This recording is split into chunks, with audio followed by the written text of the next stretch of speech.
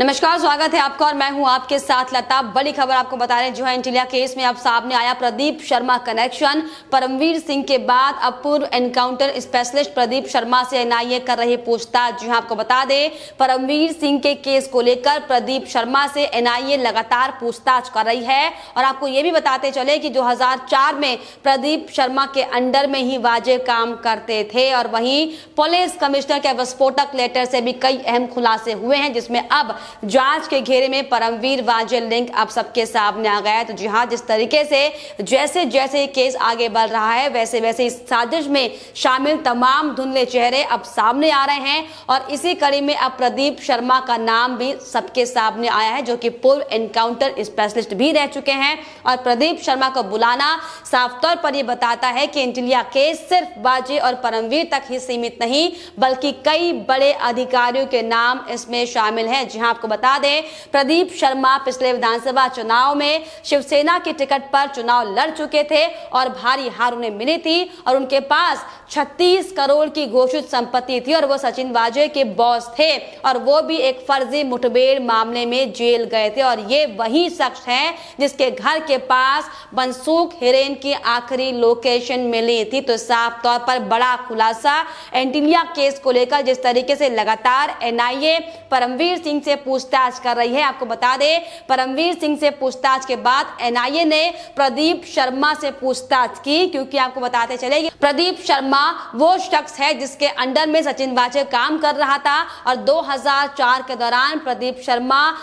के अंडर में सचिन वाजे काम कर रहा था, जिसको लेकर आपको बताते चले कि अब एनआईए इस पूरे प्रकरण को लेकर अब नया जो नाम सामने आया प्रदीप शर्मा से लगातार पूछताछ कर रही है, जिसको लेकर अब साफ तौर पर ये कयास लगाए जा रहे हैं कि कई अब और अहम बड़े खुलासे इस पूरे एंटीलिया केस को लेकर हो सकते हैं। और वहीं दूसरी ओर आपको बता दें एंटीलिया केस और सचिन वाजे मामले में मुंबई पुलिस के पूर्व कमिश्नर परमवीर सिंह के आरोप कितने सही हैं और कितने नहीं हैं, इसको लेकर हालांकि लगातार जांच की जा रही है। लेकिन इसी बीच मुंबई पुलिस के मौजूदा कमिश्नर हेमंत नागरले ने अपनी रिपोर्ट सचिन वाजे और उनकी पोस्टिंग को लेकर जो बातें रिपोर्ट में कही हैं, उससे परमवीर सिंह के सवालों के चक्रव्यूह में अब परमवीर फंसते हुए दिखाई पड़ रहे हैं। क्योंकि अब मुंबई के पुलिस कमिश्नर हेमंत नागरले ने सचिन वाजे की मुंबई पुलिस में वापसी और मुंबई सीआईयू अपराध शाखा में उनके 9 महीने के कार्यकाल के बारे में महाराष्ट्र गृह विभाग को एक जो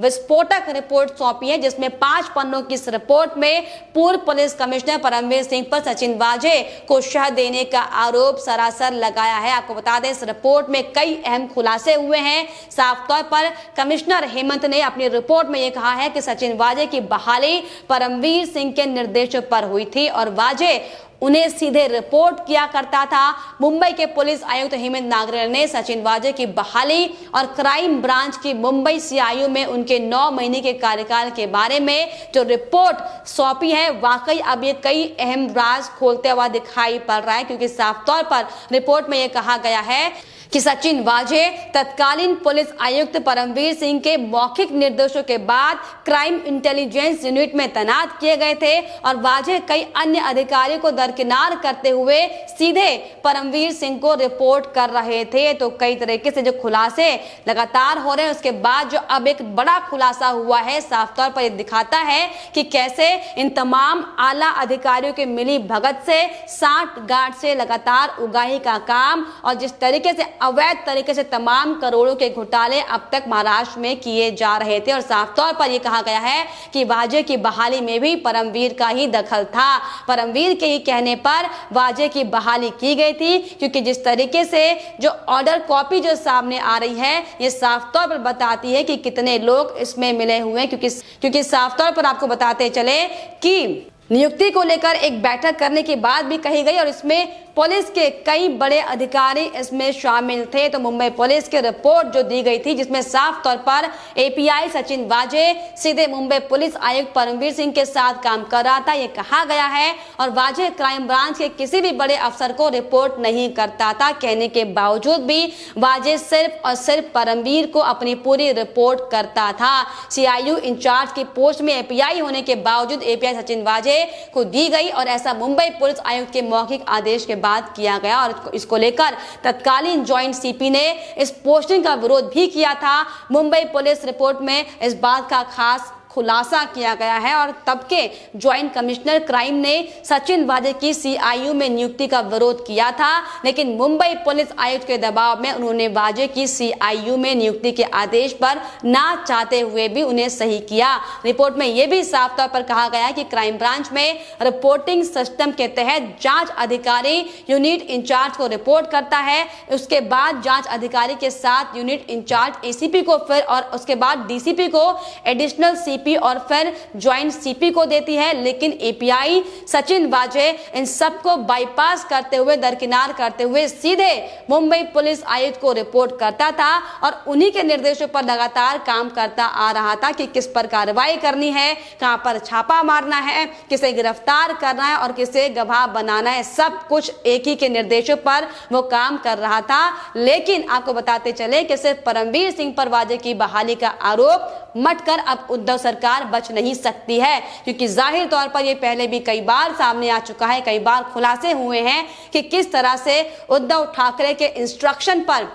महाराष्ट्र की पुलिस में ट्रांसफर पोस्टिंग बहाली का यह खेल चल रहा था, जिसको लेकर देवेंद्र फडणवीस ने भी कई बार खुलासे किए थे। लेकिन जब खुद परमवीर पर नकेल कसी गई तो कैसे उन्होंने मुंह खोला था, यह भी हमने देखा था। लेकिन अब जिस तरीके से तमाम जो हथकंडे सामने आए, इसे साफ तौर पर उद्धव सरकार का पर्दाफाश होता हुआ दिखाई दिया है, क्योंकि जिस तरीके से एंटिलिया केस को लेकर जो एक के बाद एक अहम खुलासे हालांकि हो रहे हैं और जिस तरीके से जो विस्फोटक रिपोर्ट सामने आई है 5 पन्नों की, उसमें जिस तरीके से परमवीर सिंह की भूमिका जो संदिग्ध दिखाई पड़ रही कि कैसे किसकी नियुक्ति की जाएगी, किसको गिरफ्तार करना है, ये सब परमवीर सिंह बताता था सचिन वाजे को। सचिन वाजे उसी के आदेशों पर काम करता था और कोविड के समय में भी मुंबई पुलिस ने कम अफसर थे और ये बहाना बनाकर परमवीर सिंह ने वाजे की नियुक्ति की थी। आपको बताते चले कि परमवीर सिंह ने महाराष्ट्र के गृह मंत्री अनिल देशमुख पर हालांकि सनसनीखेज आरोप लगाए थे। उन्होंने ये कहा था कि गृह मंत्री ने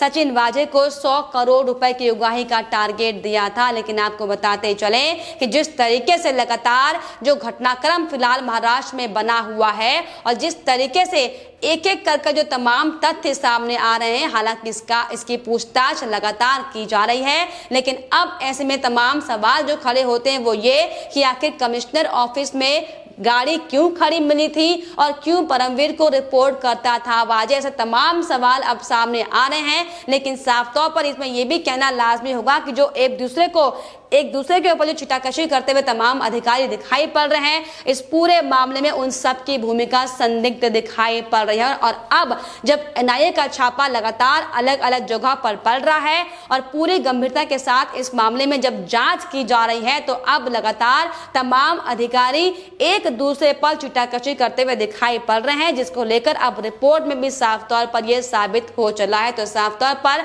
अब आपको बताते चले कि एनआईए जिस तरीके से प्रदीप शर्मा से पूछताछ कर रही है, हालांकि इससे पहले परमवीर सिंह से पूछताछ की गई थी। 3 घंटे से ज्यादा का वक्त लेकर परमवीर सिंह से इस पूरे प्रकरण को लेकर पूछताछ की गई थी। लेकिन अब प्रदीप शर्मा जो कि नया कनेक्शन इस पूरे मामले में दिख रहा है, इस पर भी लगातार एनआईए का शिकंजा बरकरार है। और अब एनआईए अपने पूरे स्तर पर, जिस तरीके से चाहे वो मनसूख हिरेन की हत्या का मामला हो या फिर एंटिलिया केस से जुड़ा हुआ मामला, इन तमाम दोनों मामलों में कैसे एंगल्स एक दूसरे से मिलते हुए दिखाई पड़ रहे हैं, इन तमाम मुद्दों को देखते हुए एनआईए पूरे मामले की जांच नए नए चेहरों के साथ कर रही है। लेकिन अब तक जिस तरीके से हम देख रहे थे कि एंटिलिया केस में कैसे वो तमाम खुलासे हुए, कैसे उस नदी में वो डिवाइसेस मिली थी और कैसे सचिन वाजे, जो कि शुरुआती दौर में जब जांच के दौरान देखा गया था कि जब सचिन वाजे को कस्टडी में लिया गया था, तो कैसे सचिन वाजे ने घबराकर, हालांकि सचिन वाजे ने नाम अब तक नहीं लिया है, लेकिन जो एक्टिविटी सचिन वाजे की दिखाई पड़ रही थी, जिस तरीके से वाजे ने अपना व्हाट्सएप स्टेटस लगाया था जिसमें साफ ये लिखा था कि इस पूरे मामले में मुझे फंसाया जा रहा है और पूरी बड़ी शक्तियां भी इसमें शामिल हैं। और अब वो बड़ी बड़ी शक्तियां साफ तौर पर एक एक कर सामने आ रही हैं, फिर चाहे वो बड़ी शक्तियों के तौर पर प्रदेश के गृह मंत्री अनिल देशमुख ही क्यों ना हो, फिर चाहे वो मुंबई पुलिस कमिश्नर का नाम परमवीर सिंह ही क्यों ना हो। और अब जिस तरीके से प्रदीप शर्मा का जो कनेक्शन सामने आया, जो कि हाई लेवल आधिकारिक पद पर थे, तो साफ तौर पर यह लाजमी है कहना कि इस पूरे मामले को लेकर कई बड़े अधिकारी इसमें संलिप्त पाए गए हैं। और जिस तरीके से आपको बताते चले कि अनिल देशमुख ने अपना इस्तीफा दिया है, हालांकि नैतिकता के आधार पर वो इस्तीफा देने की बात कर रहे हैं, लेकिन आपको बताते चले कि अब सीबीआई जिस तरीके से उनसे पूछताछ करेगी, हालांकि उद्धव सरकार लगातार ये कोशिश कर रही है कि सीबीआई अनिल देशमुख से पूछताछ ना करे, लेकिन आपको बताते चले कि अब जो अहम जांच का जो दायरा है वो अब बढ़ेगा, क्योंकि जिस तरीके से बड़े बड़े नाम इसमें जो सामने आए हैं, और अब यह हकीकत सामने आएगी कि आखिर ये पूरा षड्यंत्र क्यों रचा गया था और कितने लंबे समय से महाराष्ट्र में ये खेल चल रहा है, इसकी भी हकीकत सामने आएगी। क्योंकि जिस तरीके से हमने देखा था कि सचिन वाजे जो कि सस्पेंड अधिकारी था, उसे वापस बहाल किया गया, और कैसे उसे बड़े बड़े हाई प्रोफाइल केस दिए गए, फिर चाहे वो टीआरपी घोटाले से जुड़ा हुआ मामला हो या फिर सुशांत केस से जुड़ा हुआ मामला हो, तो पूरी कड़ी दर कड़ी अब मामले इस तरीके से मिलते हुए दिखाई पड़ रहे हैं। ये साफ इशारा करता है कि किसी बड़ी मंशा के चलते ये पूरा षड्यंत्र महाराष्ट्र में लंबे समय से चल रहा था, जिसको लेकर हालांकि अब एनआईए लगातार अपनी पूछताछ का दायरा बढ़ा रही है, लोगों से बार बार पूछताछ की जा रही है, और अब साफ तौर पर यह कहना लाजमी होगा कि बहुत जल्द तथ्यों के साथ एनआईए बड़े खुलासे करेगी, जिसको लेकर उद्धव सरकार, उद्धव ठाकरे को बड़ा झटका यहां पर इस पूरे मामले पर लगेगा। फिलहाल इस पर आपकी क्या राय हमें कमेंट बॉक्स में जरूर लिखिएगा, साथ ही साथ हमारे चैनल को सब्सक्राइब करना भी ना भूलें।